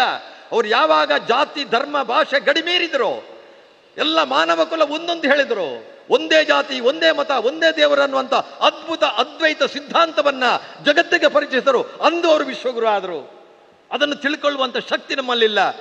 ಹರಿಕೃಷ್ಣೆ ನಾರಾಯಣ ಗುರುಗಳು ಬಿರುವೆ ಹತ್ತಂದು ಬಂಡೇರಿ, ಬಿಲ್ಲವೇ ಹತ್ತಂದು ಹೇಳಿದ್ರು. ಇವತ್ತಿಗೆ ಹೇಳ್ತೇನೆ ನಾನು, ನಾರಾಯಣ ಗುರುಗಳಿಗೆ ಬಿಲ್ಲವಾಗಿಲ್ಲ. ಅವರು ಮಾನವ ಕುಲದ ಅದ್ವೈತ ಸಿದ್ಧಾಂತದ ಮಹಾನ್ ಶಕ್ತಿದಾಶಾಲಿ ಪುರುಷರಾಗಿದ್ದಾರೆ. ಹೆಮ್ಮೆ ವಿಚಾರ. ಈ ದೇಶಕ್ಕೆ ಅಂತ ಒಬ್ಬ ಸಂತರನ್ನ ಕಳಿಸಿದಂತ ಒಬ್ಬ ಸಮಾಜದ ಒಬ್ಬ ವ್ಯಕ್ತಿಯಾಗಿ ನನಗೆ ಹೆಮ್ಮೆ ಇದೆ. ಇವತ್ತು ಕೋಟಿ ಚೆನ್ನಯ್ಯರವಾಗಿ ನಾವು ಅದನ್ನು ಜಾತಿಗೆ ಸೀಮಿತಗೊಳಿಸುವುದಿಲ್ಲ. ಇವತ್ತು ಎಲ್ಲ ಜಾತಿಯವರು ನಾವು ಸೇರಿದ್ದೀರಿ. ಯಾವ ಜಾತಿಯವರು? ಎಲ್ಲ ಮಾನವ ಕುಲಕ್ಕೆ ಸಂಬಂಧಿಸ ಸೇರಿದ್ದೇವೆ. ನಾವೆಲ್ಲ ಒಂದೇ. We are not different. ಯಾರು ಜಾತಿ ಮಾಡಿದವರು? Man make religion but does not religion make man. ಮನುಷ್ಯ ಜಾತಿಯನ್ನು ನಿರ್ಮಾಣ ಮಾಡಿದ್ದೇನೆ ಹೊರತು ಜಾತಿ ಯಾವತ್ತೂ ಮನುಷ್ಯ ನಿರ್ಮಾಣ ಮಾಡಿಲ್ಲ. ಅನ್ನ ಕೊಡುವ ಭೂಮಿಗೆ ಜಾತಿ ಇಲ್ಲ, ಕುಡಿಯುವ ನೀರಿಗೆ ಜಾತಿ ಇಲ್ಲ, ಬೆಳಕು ಕೊಡುವ ಬೆಳಕಿಗೆ ಜಾತಿ ಇಲ್ಲ, ಗಾಳಿಗೆ ಜಾತಿ ಇಲ್ಲ, ಆಕಾಶಕ್ಕೆ ಜಾತಿ ಇಲ್ಲ, ಅಗ್ನಿಗೆ ಜಾತಿ ಇಲ್ಲ. ನಮಗೆ ಯಾವ ಜಾತಿ? ಕಲ್ಲು ದೇವರು ದೇವರಲ್ಲ, ಮರ ದೇವರು ದೇವರಲ್ಲ, ಮಣ್ಣು ದೇವರು ದೇವರಲ್ಲ, ಪಂಚಲೋಹದ ವಿಗ್ರಹ ದೇವರು ದೇವರಲ್ಲ. ಸೇತುಬಂಧ, ರಾಮೇಶ್ವರ, ಕೇದಾರ ಮುಂತಾದ ಪುಣ್ಯ ಕ್ಷೇತ್ರಗಳಲ್ಲಿ ದೇವರು ದೇವರಲ್ಲ. ತನ್ನ ತಾನರಿದು ತಾನ್ಯಾರೆಂದು ತಿಳಿದೆಡೆ ನೀನೇ ದೇವನೋಡ ಅಪ್ರಮಾಣ ಕೂಡಲ ಸಂಗಮ ದೇವ ಅಂತ ಹೇಳಿದಂತಹ ಮಹಾನ್ ಸಂತ ಬಸವಣ್ಣನ ಮಾತುಗಳನ್ನು ಕೂಡ ಅರ್ಥ ಮಾಡಿಕೊಳ್ಳಬೇಕು. ನಾವು ಜಾತಿ ಅಂತ ಹೇಳಿಕೊಂಡು ಮೇಲೆ ಬರಲಿಕ್ಕೆ ಸಾಧ್ಯ ಇದೆಯಾ? ಜಾತಿಯಿಂದ ಒಬ್ಬ ಮನುಷ್ಯ ವ್ಯಕ್ತಿತ್ವ ನಿರ್ಮಾಣ ಮಾಡಲಿಕ್ಕೆ ಸಾಧ್ಯ ಇದೆಯಾ? ಇಲ್ಲ. Highly impossible. ಇದು ಸತ್ಯ. ಆದರೆ ಈ ಸತ್ಯವನ್ನು ಒಪ್ಪತಕ್ಕಂಥ ಮನಸ್ಸು ನಮ್ಮಲ್ಲಿಲ್ಲ, ಸತ್ಯವನ್ನು ಒಪ್ಪಿಕೊಳ್ಳತಕ್ಕಂಥ ಹೃದಯವಂತಿಕೆ ನಮ್ಮಲ್ಲಿಲ್ಲ, ಸತ್ಯವನ್ನು ಹೇಳಬೇಕನ್ನುವಂಥ ಛಲ ನಮ್ಮಲ್ಲಿಲ್ಲ. ಆದರೆ ಇವತ್ತಿನ ಈ ಪುಣ್ಯ ನನಗೆ ಈ ಒಂದು ಕೋಟಿ ಚೆನ್ನಯ್ಯರ ಜನ್ಮಸ್ಥಾನದಲ್ಲಿ ಮುಂದಿನ ದಿನದಲ್ಲಿ ಅಶೋಕ್ ಪಡಿವಾಳ್ರೆ, ಡಾಕ್ಟ್ರೇ, ನಮಗೆ ಕೋಟಿ ಚೆನ್ನಯ್ಯರು ಎಲ್ಲ ಮಾನವ ಕುಲದ ಆದರ್ಶ ವ್ಯಕ್ತಿಗಳಾಗಿ ನಿಲ್ಲಬೇಕು. ಅವರು ನಮಗೆಲ್ಲವರು ಪ್ರೇರಣೆ ಆಗಬೇಕು, ನಮಗೆಲ್ಲವರು ಸ್ಫೂರ್ತಿ ಆಗಬೇಕು, ನಮಗೆಲ್ಲರೂ ಶಕ್ತಿ ಆಗಬೇಕು. ಇಂಥ ಒಂದು ಚಿಂತನೆಯ ಮುಖಾಂತರ, ಇಂಥ ಒಂದು ಆದರ್ಶ ಮನಸ್ಸಿನ ಮುಖಾಂತರ ನಾವು ಆ ಪರಿಕಲ್ಪನೆಯನ್ನ ಜೋಡಿಸೋದಕ್ಕೋಸ್ಕರ ಆ ಎಲ್ಲರ ಸಂಗಮ, ಎಲ್ಲ ಜಾತಿ ಧರ್ಮಗಳ ಸಂಗಮ ಕ್ಷೇತ್ರವಾಗಿ ಅದು ಬೆಳಗಬೇಕು ಅನ್ನುವ ದೃಷ್ಟಿಕೋನದಿಂದ ನಾನು ಮಾತಾಡ್ತೇನೆ ಹೊರತು ಬೇರೆ ಯಾವ ಕಾರಣಕ್ಕೂ ಮಾತಾಡ್ತಾ ಇಲ್ಲ. ಆದ್ರೆ ಇವತ್ತು ನಾನು ಮಾತಾಡೋಕೆ ನನಗೆ ಯಾಕೆ ಬೇಸರ ಅಂತ ಹೇಳಿದ್ರೆ, ಪುತ್ತೂರು ತಾಲೂಕು ಅವರು ಹುಟ್ಟಿ ಬೆಳೆದ ಇಲ್ಲಿಯ ಪ್ರತಿಯೊಂದು ಮನೆಗಳಲ್ಲಿ ಕೋಟಿ ಚೆನ್ನೈಯಲ್ಲಿ ಹುಟ್ಟಿದ್ದು ಅವರ ಮೂಲ ಸ್ಥಾನ ಗೊತ್ತಿದೆ. ಆದ್ರೂ ಕೂಡ ನಾವು ಇಂಥ ಕ್ಷೇತ್ರದಲ್ಲಿ ನಾವು ತಪ್ಪಿ ಹೋಗ್ತಾ ಇದ್ದೀವಲ್ಲ, ಇದು ಬೇಸರ ತರುವುದಿಲ್ವ ನಮಗೆ? ಎಷ್ಟು ಜನ ನೀವು ಇಲ್ಲಿದ್ರಾ? ಎಷ್ಟು ಜನ ಕೋಟಿ ಆಗಸ್ಟ್ ಮ್ಯಾನರ್ ಬರೆದದನ್ನು ಓದಿದ್ದೀರಿ? AC ಬರ್ನಲ್ ಬರೆದನ್ನು ಎಷ್ಟು ಜನ ಓದಿದ್ದೀರಿ? ಪಂಜೆ ಮಂಗೇಶ್ವರ ಬರೆದು ಎಷ್ಟು ಜನ ಓದಿದ್ದೀರಿ? 2002ರಲ್ಲಿ ಕರ್ನಾಟಕ ಸರ್ಕಾರ 50 ಜನ ವಿದ್ವಾಂಸರುಗಳು, ಸಾಹಿತಿಗಳು, ಚರಿತ್ರಕಾರರನ್ನು ಸೇರಿಸಿಕೊಂಡು ದಾಮೋದರ ಕಲ್ಮಾಡಿ ಬರೆದ ಅವರ ನೇತೃತ್ವದಲ್ಲಿ 5 ಜನ ಕೋಟಿ ಚೆನ್ನಯ ಅವರು ಇದು ಎಂತ ವೇಷ ಕಟ್ಟುವವರು, ಹಾಗೆ ಅವರಿಗೆ ಪರವರು ಅಂತ ಹೇಳ್ತಾರೆ, ಅವರು ಸೇರಿ ಆದಿ ಉಡುಪಿ ಐತು ಪೂಜಾರ್ದಿ ಈಗ 6 ಜನರನ್ನು ಸೇರಿಸಿ ಇಡೀ ಕೋಟಿ ಚೆನ್ನೈಯ ಜನ್ಮಸ್ಥಾನದ ಹಿಡಿದು ಸಾಯುವವರೆಗಿನ ತುಳು ಪ್ರಾರ್ಥನ ಟೇಪ್ ರೆಕಾರ್ಡ್ ಮಾಡಿ ಅದನ್ನು ಕರ್ನಾಟಕ ಸರ್ಕಾರ 2002ರಲ್ಲಿ ಕೋಟಿ ಚೆನ್ನೈಯ ಪ್ರಾರ್ಥನಾ ಸಂಪುಟ ಅನ್ನುವಂಥ ಸುಮಾರು 380 ಪೇಜಿನಷ್ಟು ದೊಡ್ಡ ಪುಸ್ತಕವನ್ನ ಬಿಡುಗಡೆ ಮಾಡಿತು ಕರ್ನಾಟಕ ಸರ್ಕಾರ. ಕರ್ನಾಟಕದ ಪ್ರತಿಯೊಂದು ಮೂಲೆಯ ಜನರಿಗೆ ಕೋಟಿ ಚೆನ್ನೈಯ ಚರಿತ್ರೆ ಇತಿಹಾಸ ಗೊತ್ತಬೇಕು ಅನ್ನೋ ಆಗಿದ್ರಲ್ಲ, ಅದನ್ನಾದರೂ ಯಾರಾದರೂ ಓದಿದ್ದೀರಾ? 500 ವರ್ಷಗಳ ಹಿಂದೆ ನಿಮ್ಮ ಪುತ್ತೂರು ತಾಲೂಕಿನಲ್ಲಿ ಹುಟ್ಟಿ ಬೆಳೆದು ಚರಿತ್ರೆಯ ಪುಟಗಳಲ್ಲಿ ಮಿಂಚಿದಂಥ ವ್ಯಕ್ತಿಗಳವರು, ಆಧ್ಯಾತ್ಮಿಕ ಪುರುಷರಾಗಿ ಹೋದರು, ಭಾರತದ ಸಂಸ್ಕೃತಿಯ ಒಂದು ಆದರ್ಶ ನೇತಾರರಾದವರು. ಅವರ ಚರಿತ್ರೆ ನಿಮ್ಮ ಊರಿನಲ್ಲಿ ಅದು, ಪುತ್ತೂರು ತಾಲೂಕಿನಲ್ಲಿ ಅದು. ಇಂಥ ಪುತ್ತೂರು ತಾಲೂಕಿನಲ್ಲಾದ ಈ ಘಟನೆಯನ್ನ, ಈ ಒಂದು ವಿಚಾರಧಾರೆಯನ್ನ, ಈ ಒಂದು ಸತ್ಯ ಸಂಗತಿಯವನ್ನ ಮುಚ್ಚಿಡುವಂತಹ ಪ್ರಯತ್ನ ಯಾಕೆ ಆಗುತ್ತಾ ಇದೆ? ಇದು ನನ್ನ ಪ್ರಶ್ನೆ ನಿಮ್ಮಲ್ಲಿ. ಪುತ್ತೂರು ತಾಲೂಕಿನವರ ನಾನು ಬಂಟ್ವಾಳದವ್ರ ಹತ್ರ ಕೇಳುವುದಿಲ್ಲ, ಮಂಗಳೂರಿನ ಹತ್ರ ಕೇಳುವುದಿಲ್ಲ, ಸುಳ್ಯದವ್ರ ಹತ್ರ ಕೇಳುವುದಿಲ್ಲ, ಬೆಳ್ತಂಗಡಿಯವ್ರ ಹತ್ರ ಕೇಳುವುದಿಲ್ಲ, ಉಡುಪಿ ತಾಲೂಕಿನಲ್ಲಿ ಕೇಳುವುದಿಲ್ಲ. ನಿಮ್ಮಲ್ಲಿ ನಾನು ಕೇಳ್ತೇನೆ, ಪುತ್ತೂರು ತಾಲೂಕಿನವರಿಗೆ ನೀವು ಇಳಿಬೇಕು. ಈ ಸತ್ಯವನ್ನ ಎಲ್ಲ ಜಾತಿಯವರು, ಇಲ್ಲಿರ್ತಕ್ಕಂಥ ಎಲ್ಲ ಹಿಂದೂಗಳು, ಆ ಜಾತಿ ಈ ಜಾತಿ ಬಿಟ್ಟು ಬಿಡಿ. ಅರುಣ್ ಕುಮಾರ್ ಇದ್ದಾರೆ, ಪುತ್ತಿಲ ಇದ್ದಾರೆ, ಈ ದೇಶದ ಹಿಂದೂ ಸಂಸ್ಕೃತಿ ಪರಂಪರೆಗೆ ಹೋರಾಟ ಮಾಡುವವರು. ಅವರಲ್ಲಿಯೂ ನನ್ನ ಪ್ರಶ್ನೆ, ಈ ಸತ್ಯವನ್ನ ಮುಚ್ಚಿಡುವುದಕ್ಕೆ ಯಾವ ಕಾರಣಕ್ಕೆ ಮುಚ್ಚಿಡ್ತಾ ಇದ್ದೀರಾ? ಇಂಥ ಒಂದು ಇತಿಹಾಸ ಪುರುಷರು ಇವತ್ತು ಎಲ್ಲ ಬರ್ತಾ ಇದೆ, ಮೆರವಣಿಗೆ ಮಾಡ್ತಾ ಇದ್ದಾರೆ, ಇಂಟರ್ನ್ಯಾಷನಲ್ ಏರ್ಪೋರ್ಟ್ಗೆ ಹೆಸರಿಡಬೇಕು ಅಂತ. ಅವರಲ್ಲೂ ನನ್ನ ಪ್ರಶ್ನೆ, ಜನ್ಮಸ್ಥಾನ ಇಲ್ಲಿ ಕತ್ತಲೆಯಲ್ಲಿ ಕೊಳಿತಾ ಇದೆಯಲ್ಲ, ಇದರ ಬಗ್ಗೆ ನಿಮ್ಮಲ್ಲಿ ಎಷ್ಟು ಕಾಳಜಿ ಇದೆ? ಸೂರ್ಯಗೆ ಜನ್ಮಸ್ಥಾನವನ್ನು ಕಟ್ಟುವುದಕ್ಕೆ ಸಹಾಯ ಮಾಡಿ, ಅದಕ್ಕೆ ಮೆರವಣಿಗೆ ಮಾಡಿ, ಅದಕ್ಕೆ ಪಂಜಿನ ಮೆರವಣಿಗೆ ಮಾಡಿ, ಅದು ಬಿಟ್ಟು ರಾಜಕೀಯ ತೆವಳಿಗೋಸ್ಕರ, ರಾಜಕೀಯ ಅಧಿಕಾರಕ್ಕೋಸ್ಕರ, ಅವರ ಪತ್ರಿಕೆಯಲ್ಲಿ ಹೆಸರು ಬರುವ ಕಾರಣಕ್ಕೋಸ್ಕರ ಮಾಡ್ತಾ ಇದ್ದೀರಲ್ಲ, ಇದಕ್ಕಿಂತ ದೊಡ್ಡ ಬೇಸರ ಇದೆಯಾ? ವಿಷಾದನೆ ಇದೆಯಾ? ನನಗೆ ಕೋಟಿ ಚೆನ್ನೈಯ ಜನ್ಮಸ್ಥಾನ ಇಂದಲ್ಲ ನಾಳೆ ನಿಮ್ಮೆಲ್ಲರ ಸಹಕಾರದಿಂದ ಅದು ಎದ್ದು ನಿಲ್ಲಬೇಕು. ಅದು ಭಾರತದ ಸಂಕೇತವಾಗಬೇಕು, ತುಳುನಾಡಿನ ಚರಿತ್ರೆಯ ಸಂಕೇತವಾಗಬೇಕು, ನಿಮ್ಮೆಲ್ಲರ ಎಲ್ಲ ಜಾತಿ ಸಂಗಮದ ಕ್ಷೇತ್ರವಾಗಿ ಅದು ಬೆಳಗಬೇಕು. ಅದು ನನ್ನ ಉದ್ದೇಶ. ಅದಕ್ಕೋಸ್ಕರ ನಾನು ಇವತ್ತು ಸ್ವಲ್ಪ ಈಗ ಮಾತಾಡಿದ್ದೇನೆ. ಎಷ್ಟು ಚರಿತ್ರೆ ಪುಟಗಳಿದೆ ಅಲ್ಲಿ, ಕಣ್ಣಿಗೆ ಕಾಣ್ತದೆ. ಕೇಳುವವರಿಗೆ ಕಿವಿ ಇದ್ರೆ ಕೇಳಲಿಕ್ಕೆ ಸಾಧ್ಯ ಇದೆ, ಮಾತನಾಡುವವರಿಗೆ ನಾಲಿಗೆ ಇದ್ರೆ ಅದನ್ನು ಕೇಳಬಹುದು. ಇಂಥ ಒಂದು ಸತ್ಯ ಸಂಗತಿಯ ವಿಚಾರಧಾರೆಗಳಲ್ಲಿದೆ. ಅಲ್ಲಿ ಹೋದಾಗ ಎಂಥವನಿಗೂ ರೋಮಾಂಚನ ಆಗುತ್ತದೆ, ಎಂಥವನಿಗೂ ಆಧ್ಯಾತ್ಮಿಕತೆಯ ಸಿಂಚನದ ಪರಿಚಯ ಆಗುತ್ತದೆ. ನಾನು ಪುತ್ತೂರು ತಾಲೂಕಿನ ಇಲ್ಲೆಲ್ಲ ಅವರ ಬೇಡುದಿಷ್ಟೇ, ಬರುವ ತಿಂಗಳಲ್ಲಿ ಜನವರಿ 14ರಲ್ಲಿ ನಾವೊಂದು ಅಲ್ಲಿ ಒಂದು ಆಫೀಸ್ ಉದ್ಘಾಟನೆ ಮಾಡ್ತಾ ಇದ್ವಿ. ಎಲ್ಲ ಕೆಲಸ ಈಗ ನಾವು ಅದೆಲ್ಲ ಹೇಳಿದರು, ನಾನು ಅದನ್ನು ಪುನರ್ ಮಾಡೋದಿಲ್ಲ. ಎಲ್ಲ ಅಲ್ಲಿ ಶಿಲಾಮಯವಾಗಿ ಗೊತ್ತಿದೆ. ಅದು ಜ್ಯೋತಿ ಪ್ರಕಾಶರು ಬಂದು ನೋಡಿದ್ರೆ, ಎಲ್ಲರೂ ನೋಡಿದ್ರೆ, ಪತ್ರಿಕೆ ನೋಡಿರ್ಬೋದು ಬಂದು. ಅದ್ಭುತವಾಗಿ ಸುಮಾರು 1 ಕೋಟಿ ಹತ್ತಿರ ಆಗಿದೆ ಅದಕ್ಕೆ ಖರ್ಚು. ನಾವು ಇನ್ನೂ ಬೇಡಲಿಕ್ಕೆ ಹೋಗಿಲ್ಲ, ನಾವೇ ಕೆಲವು ಜನ ಹಾಕಿ ಅದಕ್ಕೆ ಅದು ಕೂಡ ಪಾಪ ಹೆಚ್ಚು ನಮ್ಮ ವಿನೋದ್ ಆಳ್ವರು ಹಾಕಿದ್ದಾರೆ. ಅವರು ಹೂ ಹಾಕಿದ್ರೆ ನಾವು ಹೂವಿನ ಹೆಸರು ಹಾಕಿದ್ದೇವೆ ಅಷ್ಟೇ. ಈಗ ಅವರಿಗೆ ಅಗತ್ಯ ಇಲ್ಲ, ಆಳವರಿಗೆ ಅಗತ್ಯ ಇದೆಯಾ? ಅದು ಇಲ್ಲ.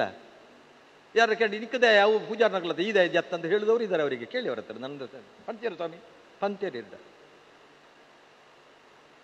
ಅಲ್ಲ. ಒಬ್ಬ ಮನುಷ್ಯನ ವ್ಯಕ್ತಿತ್ವವನ್ನ, ಮನುಷ್ಯನ ಚಿಂತನೆಯನ್ನ, ಅವನ ತನ್ನದ ವಿಕಾಸತೆಯನ್ನ ಅರ್ಥೈಸಿಕೊಳ್ಳುವಂತಹ ಮಾನಸಿಕ ಸಿದ್ಧತೆಯಲ್ಲಿ ನಾವಿದ್ದಾಗ ಮಾತ್ರ ಒಬ್ಬ ವ್ಯಕ್ತಿಯನ್ನು ಗುರುತಿಸಲಿಕ್ಕೆ ಸಾಧ್ಯ ಆಗುತ್ತೆ, ಇಲ್ಲದ್ರೆ ಆಗೋಲ್ಲ. ಇವತ್ತು ಸುಮಾರು 1 ಕೋಟಿ ವೆಚ್ಚದಲ್ಲಿ ಮಾಡಿದ್ದೀವಿ. ಅದರ ಉದ್ಘಾಟನೆಯನ್ನ, ಅದನ್ನು ಲೋಕಾರ್ಪಣೆ ಮಾಡುವಂಥ ಕೆಲಸವನ್ನ ಮಾರ್ಚ್ ಎಂಡ್ ಮಾಡಬೇಕು ಅಂತ. ಆದರೆ ಏಪ್ರಿಲ್ನವರೆಗೆ ಮೌಢ್ಯ ಅನ್ನುವಂಥ ಒಂದು ಕಾರಣಕ್ಕೋಸ್ಕರ, ಮೌಢ್ಯ ಕಳೆದ ಅದು ನಾವಿನ್ನು ಕೇಳ್ತೇವೆ ಯಾವಾಗ ಮಾಡ್ಬೋದು ಅಂತ. ಅದು ತಕ್ಷಣ ನಾವು ಅದನ್ನು ಉದ್ಘಾಟನೆ ಮಾಡ್ತೀವಿ. ಅದು ಸಮಾಧಿ, ದೇವಿ ಬೈದೇವಿಯ ಸಮಾಧಿ, ಬೆಮ್ಮರ ಗುಡಿ, ನಾಗಬೆಮ್ಮರ ಗುಡಿ ಮತ್ತು ರಕ್ತೇಶ್ವರ ಗುಡಿ ಇದೆ, ತೀರ್ಥಬಾವಿ, ಇಷ್ಟು ಅದರಲ್ಲಿ ಇದೆ ಅಷ್ಟೇ. ಇದು ಪೂರ್ಣಗೊಳಿಸದೆ, ಇದನ್ನು ಲೋಕಾರ್ಪಣೆ ಮಾಡದೆ, ಬ್ರಹ್ಮಕಳಸ ಆಗದೆ ಕೋಟಿ ಚೆನ್ನಯ್ಯನ ಜನ್ಮಸ್ಥಾನಕ್ಕೆ ನಾವು ಕಾಲಿಡುವಂತಿಲ್ಲ, ಅದಕ್ಕೆ ಒಂದು ಹಾರೆ ಹಾಕುವಂತಿಲ್ಲ, ಒಂದು ಪಿಕ್ಕಾಸ್ ಹಾಕುವಂತಿಲ್ಲ. ಇದು ನಮಗೆ ಅಷ್ಟಮಂಗಳ ಪ್ರಶ್ನೆಯಲ್ಲಿ ಸಿಕ್ಕಿದಂಥ ಒಂದು ವಿಚಾರ. ಆದ ಕಾರಣ ಅದು ಮುಗಿದ ನಂತರ ನಾವು ಜನ್ಮಸ್ಥಾನಕ್ಕೆ ಇಳಿತಾ ಇದ್ವಿ. ಅದಕ್ಕೋಸ್ಕರ ಆ ಒಂದು ಕಾರ್ಯಕ್ರಮವನ್ನು ದೇವಿ ಬೈದೇಜಿಯ ನಿಜವಾದಂಥ ಸಮಾಧಿ ಇರತಕ್ಕಂಥದ್ದು. ಒಬ್ಬನೇ ಒಂದೇ ಸಲ ಹುಟ್ಟುವುದು, ಒಂದೇ ಕಡೆ ಸಾಯೋದು, ಯಾವುದಾದೊಂದು ಕಡೆ ಹೊತ್ತಿಸ್ತಾರೆ. ಸಮಾಧಿ ಎರಡು ಕಡೆ ಇಡಲಿಕ್ಕೆ ಸಾಧ್ಯ ಇಲ್ಲ, ಒಂದೇ ಕಡೆಯಲ್ಲಿ ಇರುವಂಥದ್ದು. ಇದು ಚರಿತ್ರೆ. ಅದಕ್ಕಾಗಿ ಮುಚ್ಚುಮರೆ, ಯಾವ ಕಾರಣಕ್ಕೆ ಮುಚ್ಚುಮರೆ ಮಾಡೋದು? ಅದಕ್ಕೋಸ್ಕರ ಹೇಳ್ತಾ ಇದ್ದೀನಿ, ಈ ಕಾರ್ಯಕ್ರಮ ಏಪ್ರಿಲ್ ಆಗತ್ತೆ. ಪುತ್ತೂರು ತಾಲೂಕಿನವರು ಜವಾಬ್ದಾರಿ ಜಾಸ್ತಿ. ಎಲ್ಲ ತಾಲೂಕಿಗಿಂತ ಹೆಚ್ಚಿನ ಜವಾಬ್ದಾರಿ ಪುತ್ತೂರು ತಾಲೂಕಿನ ಸಮಸ್ತ ಪುತ್ತೂರಿನ ನಾಗರಿಕರಿಗೆ ನಿಮಗೆ ಜವಾಬ್ದಾರಿ. ಅಂದು ಅವಮಾನ, ಇಂದಿಗೂ ಅವಮಾನ, ಅವರ ಚರಿತ್ರೆಗೆ ಅವಮಾನ ಆಗ್ತಾ ಇದೆಯಲ್ಲ, ಇದು ನನ್ನಿಂದ ಸಹಿಸಲಿಕ್ಕೆ ಆಗೋಲ್ಲ. ಅದಕ್ಕೋಸ್ಕರ ಅವರ ಇತಿಹಾಸ ಚರಿತ್ರೆಯನ್ನ ಪುನರಪಿ ಎದ್ದು ನಿಲ್ಲಿಸಿ, ಈ ಚರಿತ್ರೆಗೆ ಅವಮಾನ ಆಗಬಾರದು, ಈ ಇತಿಹಾಸಕ್ಕೆ ಕಳಂಕ ಬರಬಾರದು. ಅದಕ್ಕೋಸ್ಕರ ಮುಂದಿನ ಜನಾಂಗಕ್ಕೆ ತಪ್ಪು ಸಂದೇಶ ಹೋಗಬಾರದು. ಅವರ ಜನ್ಮಸ್ಥಾನದ ಬಗ್ಗೆ ಮುಂದಿನ ಪೀಳಿಗೆಯಲ್ಲಿ ಗೊಂದಲ ಇರಬಾರದು. ಅವರ ಮೂಲ ಸ್ಥಾನದ ಬಗ್ಗೆ ಮುಂದಿನ ಪೀಳಿಗೆಯಲ್ಲಿ ಯಾವ ರೀತಿಯಲ್ಲಿ ಕೂಡ ಕಳಂಕದ ಇದು ಸಂಕೇತ ಅವರಲ್ಲಿ ತಲೆಗೆ ಬರಬಾರದು ಅನ್ನೋ ದೃಷ್ಟಿಕೋನದಿಂದ ಸತ್ಯವನ್ನ ಮುಚ್ಚಿಡದೆ, ಸತ್ಯ ಯಾವತ್ತು ಸತ್ಯವೇ, ಸತ್ಯ ಯಾವತ್ತೂ ಸಾಯುವುದಿಲ್ಲ. ಇಂದಲ್ಲ ಹರಿಕೃಷ್ಣ ಸಾಯಬಹುದು, ವಿನೋದ ಆಳ್ವ ಸಾಯಬಹುದು, ರುಕ್ಮೇ ಪೂಜಾರಿ ಸಾಯಬಹುದು, ಚರಣರು ಸಾಯಬಹುದು, ಯಾರೆಲ್ಲರೂ ಸಾಯಬಹುದು, ಆದರೆ ಸತ್ಯ ಯಾವತ್ತೂ ಸಾಯುವುದಿಲ್ಲ, ಸಾಯುವುದಿಲ್ಲ, ಸಾಯುವುದಿಲ್ಲ. ಅದಕ್ಕೋಸ್ಕರ ಸತ್ಯವನ್ನ ಮತ್ತೆ ಜನರ ಮುಂದಿಡೋದಕ್ಕೋಸ್ಕರ ನಾವು ಇಲ್ಲಿ ಸೇರಿದ್ದೀವಿ. ಸುಮಾರು ಒಂದು 15-20 ಸೆಂಟ್ ಸ್ಥಳ ಈ ಸಮಾಧಿಯದ್ದು. ಅದನ್ನು ನನಗೆ ವಿನೋದ್ ಆಳ್ವರವರು, ಮೇಘನಾಥ ರೈ ಮತ್ತು 9 ಜನ ಅದರ ಯಜಮಾನರು ಚಿದಾನಂದರವರೇ ಅದನ್ನು ರೆಕಾರ್ಡ್ ನಮಗೆ ಮಾಡಿಕೊಟ್ಟಿದ್ದಾರೆ. ಫ್ರೀಯಾಗಿ, ಧರ್ಮಾರ್ಥವಾಗಿ, ದುಡ್ಡಿಗಾಗಿ ಅಲ್ಲ, ಧರ್ಮಾರ್ಥವಾಗಿ 10 ಜನ ಕುಟುಂಬಸ್ಥರು, ಅದು ಬಂಡೆ ಸಮುದಾಯದ ಕುಟುಂಬಸ್ಥರು ವಿನೋದ ಆಳ್ವರ ಮಾತಿಗೆ ಬೆಲೆ ಕೊಟ್ಟು ಅವರು ನಮಗೆ ಫ್ರೀಯಾಗಿ ಕೊಟ್ಟಿದ್ದಾರೆ. ಅದು ದಾಖಲೆ ನಮ್ಮಲ್ಲಿದೆ. ನಿಮ್ಮ ಪುತ್ತೂರಿನ ರಿಜಿಸ್ಟರ್ ಆಫೀಸ್ನಲ್ಲೇ ನಾವು ರಿಜಿಸ್ಟ್ರೇಷನ್ ಮಾಡಿದ್ದೀವಿ. ಅದಕ್ಕೋಸ್ಕರ ಇವತ್ತು ಎಷ್ಟು ಜನ ಇನ್ನು ಆ ಜನ್ಮಸ್ಥಾನದ ಸ್ಥಳವನ್ನ ವಿನೋದ ಆಳ್ವರು ಕೂಡ ಇದೇ ನಮ್ಮ ಸೇವಾ ಟ್ರಸ್ಟ್ಗೆ ಬರೆದು ಕೊಡುವವರಿದ್ದಾರೆ. ಅದು ಎಲ್ಲವನ್ನ ಅಲ್ಲಿ ಇನ್ನೂ 8 ಎಕರೆ ಸ್ಥಳ ಇದೆ. ಅದು ಕೊಡ್ತಾರೆ ಇಲ್ಲ ಗೊತ್ತಿಲ್ಲ, ಧರ್ಮ ಕೊಟ್ಟರೆ ನಾವು ಸ್ವೀಕಾರ ಮಾಡ್ತೇವೆ, ಇಲ್ಲದ್ರೆ ಕೊಟ್ಟ ತಗೊಳ್ಳು ನೋಡಬೇಕು ಅಂತ. ಆದರೆ ಕೋಟಿ ಚೆನ್ನೈಯರ ಪ್ರತಿಯೊಂದು ಐತಿಹ್ಯಗಳು ಕೂಡ ಮುಂದಿನ ಜನಾಂಗಕ್ಕೆ ಜೀವಂತವಾಗಿರುವುದಕ್ಕೋಸ್ಕರ ನಾವು ಸೇವಾ ಟ್ರಸ್ಟ್ನವರು ಕೆಲಸ ಮಾಡ್ತೀವಿ. ಅದಕ್ಕೆ ನಿಮ್ಮ ಸಹಾಯ ಬೇಕು.